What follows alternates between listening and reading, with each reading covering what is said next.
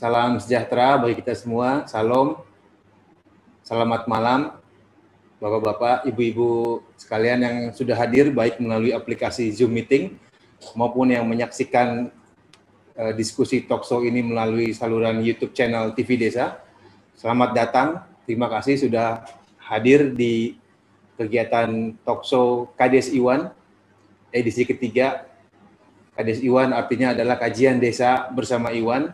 Saya Iwan Sulaiman Sulasno, pendiri desapedia.id yang menjadi tuan rumah dan pemandu acara diskusi 90 menit ke depan ini. Acara ini terselenggara berkat kerjasama desapedia.id dengan TV Desa yang berlokasi di Kalibata, Jakarta Selatan di gedung utama Kementerian Desa, Pembangunan Daerah Tertinggal dan Transmigrasi. Malam ini Bapak Ibu sekalian, kita akan membahas tentang evaluasi dana desa tahun 2020. Tak terasa memang tinggal 3 bulan lagi kita akan mengakhiri perjalanan di tahun 2020 ini dan memasuki tahun 2021, maka kami malam ini akan mengevaluasi bagaimana pelaksanaan dana desa di sepanjang tahun 2020 yang sesungguhnya sejak awal tahun sudah penuh dengan dinamika. Terutama di awal tahun ini kita memasuki masa pandemi COVID-19 yang kemudian itu telah banyak mengubah penggunaan dana desa, baik penggunaannya, penyalurannya, sampai ke payung regulasinya, itu sudah cukup banyak kita lalui sepanjang tahun 2020 ini. Nah, selain itu juga dana desa di tahun 2020 ini ada beberapa isu-isu krusial yang sudah kami catat yang insya Allah nanti akan kita bahas dalam waktu 90 menit ke depan. Pertama soal bantuan langsung tunai dana desa, kemudian ada PKTD, padat karya tunai desa yang juga bersumber dari dana desa yang sumbernya tentu saja berasal dari APBN. Kemudian juga ada soal yang ini juga terus muncul terkait soal pembinaan pengawasan desa, terutama dalam hal pembinaan pengawasan dana desa. Sampai kemudian polemik problematika regulasi yang juga banyak dijumpai oleh kawan-kawan perangkat pemerintahan desa dalam melaksanakan dana desa. Sesungguhnya dana desa adalah hanya salah satu dari 7 sumber pendapatan desa yang sudah diatur di dalam Undang-Undang Nomor 6 Tahun 2014 tentang desa. Tetapi memang dalam perjalanannya semenjak Undang-Undang Desa ini disahkan, sepertinya Undang-Undang Desa itu identik dengan dana desa. Jarang sekali publik atau kita semua mengulas, mengkaji tentang sumber-sumber pendapatan desa yang lainnya, yang di luar dari dana desa. Nah, malam ini ada 2 narasumber dan 1 penanggap utama, dan nanti kita akan buka termin tanya jawab kepada audiensi. Bapak Ibu yang sudah hadir melalui aplikasi Zoom bisa langsung bertanya atau melalui saluran YouTube dengan pertanyaan catatan. Malam ini ada Pak Fahrul Razi. Beliau politisi dari Provinsi Aceh, politisi muda dari Aceh, yang saat ini menjabat sebagai Ketua Komite 1 Dewan Perwakilan Daerah Republik Indonesia atau DPD RI. Komite 1 ini membidangi salah satunya adalah soal desa.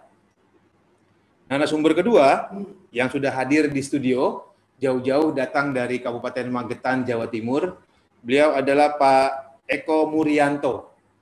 Pak Eko ini sudah hadir di samping saya. Terima kasih Pak Eko sudah hadir. Beliau adalah Kepala Dinas Pemberdayaan Masyarakat dan Pemerintahan Desa di Kabupaten Magetan atau Kepala Dinas PMPD ya Pak. Kepala Dinas PMPD di Kabupaten Magetan. Banyak catatan yang beliau sudah miliki sebagai Kepala Dinas yang menangani langsung desa-desa di seluruh desa di Kabupaten Magetan.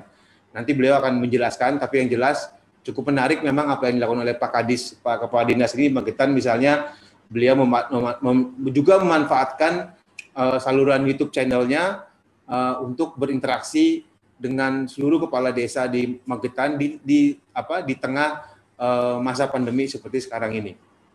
Nah, narasumber yang penanggap utama adalah tentu saja kita sudah tidak asing lagi.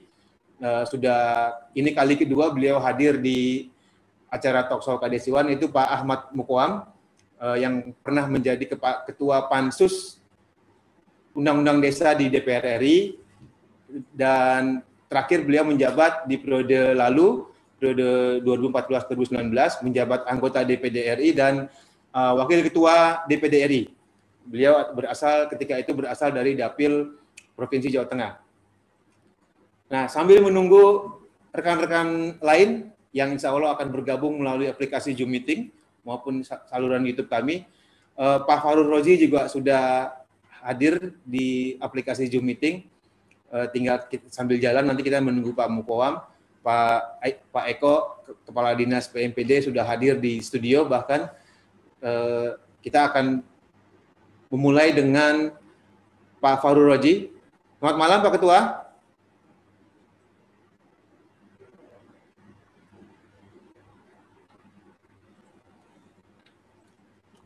Pak Farul Rozi, selamat malam. Selamat malam Pak Ketua, selamat datang di Talkshow Kadesiwan. Iya, kami sudah mendapatkan gambar beliau.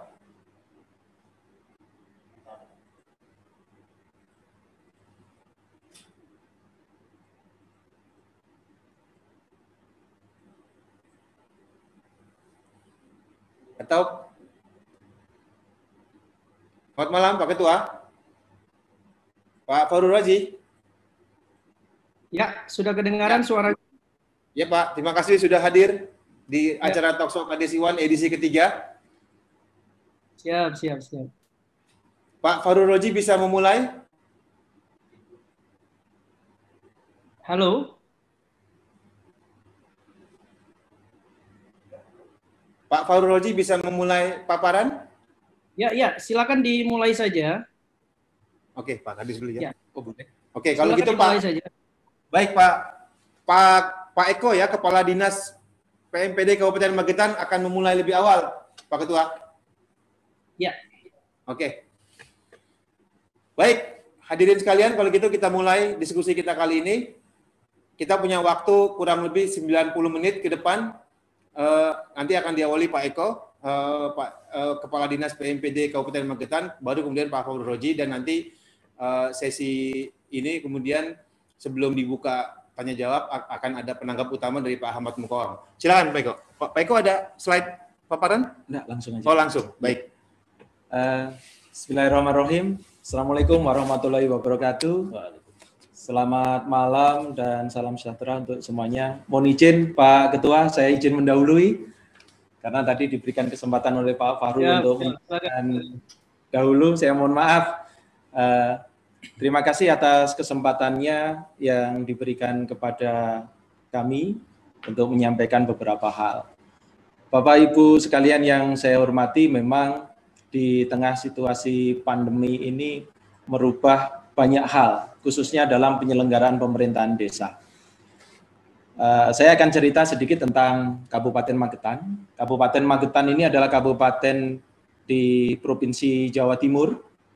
Untuk Bapak Ibu yang baru bergabung, saya izin menginformasikan, Magetan ini berada di Provinsi Jawa Timur, berada di lereng Gunung Lawu, berbatasan dengan Jawa Tengah. Jadi budaya kami ini di Jawa Timur, tapi mepet ke Jawa Tengah begitu. Kulturnya adalah kultur Mataraman.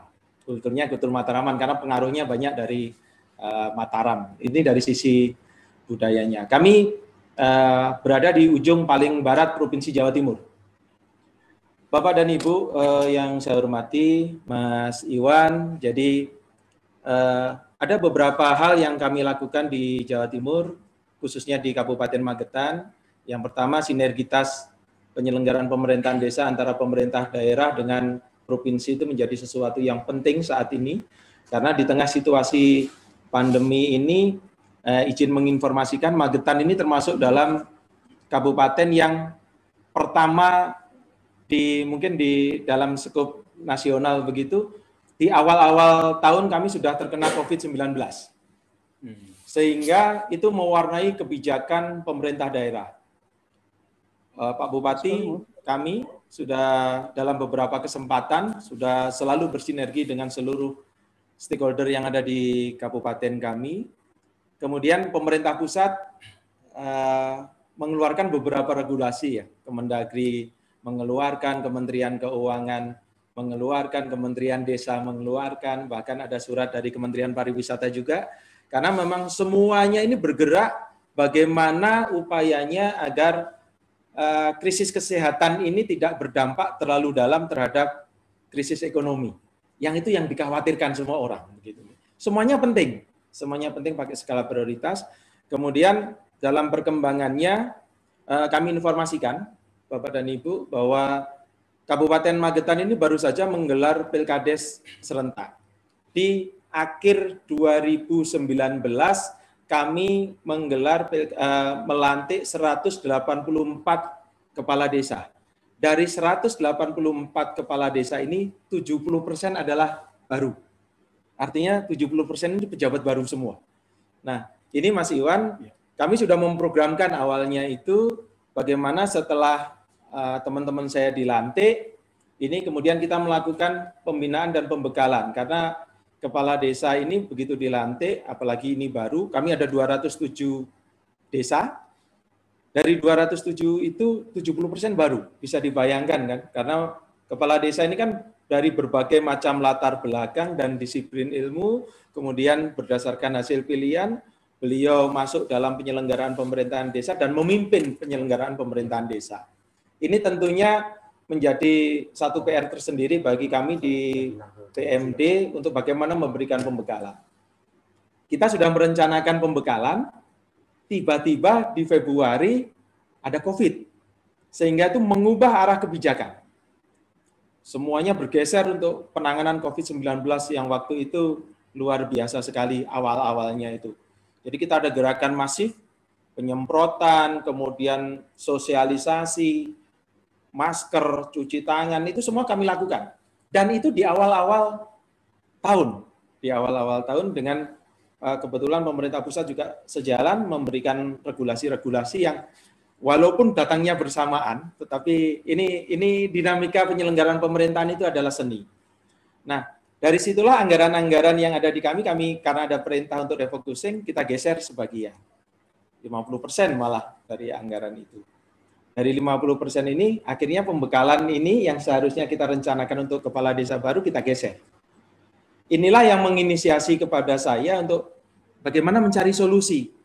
Akhirnya mohon maaf ini teman-teman untuk informasi saja, karena pertemuan tidak mungkin dilakukan sementara kita harus mematuhi protokol kesehatan. Teman-teman saya baru semua rata-rata, sehingga saya coba melakukan inovasi, begitu memanfaatkan teknologi, karena saya lihat kepala desa saya itu semuanya pegang HP, makanya saya buatkan channel YouTube. Saya buatkan channel YouTube yang saya isi dengan program-program atau kebijakan-kebijakan pemerintah, termasuk juga pengalaman yang saya alami. Channel ini saya beri nama, bukan nama saya beri nama Dadi Dimar. Dadi Dimar ini ada maknanya Bapak dan Ibu, jadi itu bahasa Jawa. Mohon izin menjelaskan, saya kasih nama Dadi Dimar ini, jadi Dadi itu jadi, Dimar itu kalau orang Jawa itu lampu. Ketika dulu saya kecil itu, ketika listrik belum ada atau bahkan kadang mati lampu, Dimar ini sangat berfungsi. Dia menerangi gitu. Nah, harapan saya Dadi Dimar ini bisa membantu rekan-rekan saya khususnya yang berada di Magetan ini untuk bagaimana bisa berinteraksi langsung dengan kami, bagaimana saya bisa menyampaikan alur pikir saya ke teman-teman lewat Dadi Dimar ini, dan alhamdulillah respon dari 207 kepala desa, kemudian 2.600 perangkat desa yang ada di Kabupaten Magetan itu positif.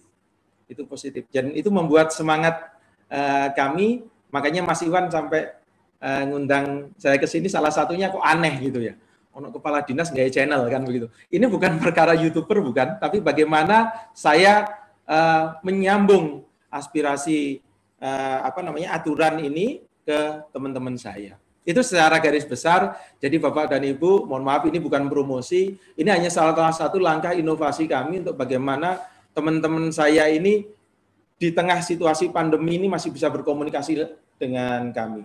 Jadi Bapak Ibu kalau pengen tahu, silakan aja ketik di situ Dadi Timar gitu di YouTube, nanti insya Allah sudah bisa dilihat. Walaupun masih banyak kekurang sempurnaan, karena saya juga otodidak ya, nggak bisa, saya nggak ngerti teori-teori begitu ya, asal aja. Saya dibantu anak saya karena waktu itu.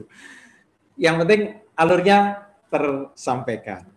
Nah, itu kira-kira tentang Dadi Timar, sehingga saya dengan Mas Iwan ketemu di sini untuk saling bersinergi ini. Dan memang Bapak dan Ibu, sekian banyaknya aturan ini kita harus melakukan banyak hal. Yang sudah kami lakukan begitu, karena ini bencana ini, pemerintah COVID-19 ini sudah menetapkan menjadi bencana nasional non-alam.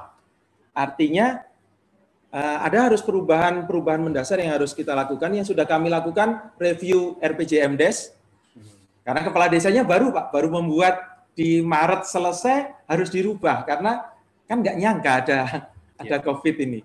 Kemudian yang kedua juga penyesuaian program dan kegiatan, dan yang ketiga kami membuat skala prioritas penanganan, di mana dana desa itu skala prioritasnya adalah untuk penanganan COVID, BLT, dan PKTD. Sehingga ini merubah alur mekanisme penyelenggaraan pemerintahan yang tadinya sudah dibuat relnya begitu, tiba-tiba harus kita geser. Itu kira-kira yang sudah kami lakukan di Magetan. Saya terima kasih Mas Iwan, TV Desa mengapresiasi ini, luar biasa. Saya juga nggak nyangka, awalnya itu hanya saya berpikir lokal saja, bagaimana teman-teman saya terbantukan dan tidak kena masalah. Itu yang saya harapkan. Terima kasih, nanti untuk selanjutnya berkembang. Untuk di dialog mungkin. Saya kembalikan ke Mas Iwan, silakan Mas Iwan. Baik, makasih Pak Eko Murianto, Kepala Dinas PMPD Kabupaten Magetan. Saya kira Magetan ini untuk Provinsi Jawa Timur yang paling duluan ya, yang paling awal ada penduduknya yang terkena COVID-19. Nah, tadi ada 3 hal yang beliau sampaikan. Karena masih ada soal bagaimana kemudian merespon dana desa 2020, pertama merubah RPJMDes yang baru saja mereka susun di bulan Maret ketika itu, tapi kemudian harus dirubah lagi karena ada pandemi ini. Yang kemudian kedua menyusun skala prioritas kegiatan terkait dengan regulasi yang ketika itu sudah dikeluarkan baik dari pemerintah kabupaten, pemerintah provinsi, dan pemerintah pusat. Dan yang terakhir juga melakukan penyesuaian kegiatan di lapangan yang dilakukan oleh para aparatur desa di Kabupaten Magetan. Nah, saya ingin memantik diskusi ini. Mungkin Pak Eko bisa kembali menjelaskan secara singkat apa sesungguhnya kendala yang dihadapi dalam penggunaan dana desa di tahun anggaran 2020 ini, terutama dalam konteks Magetan.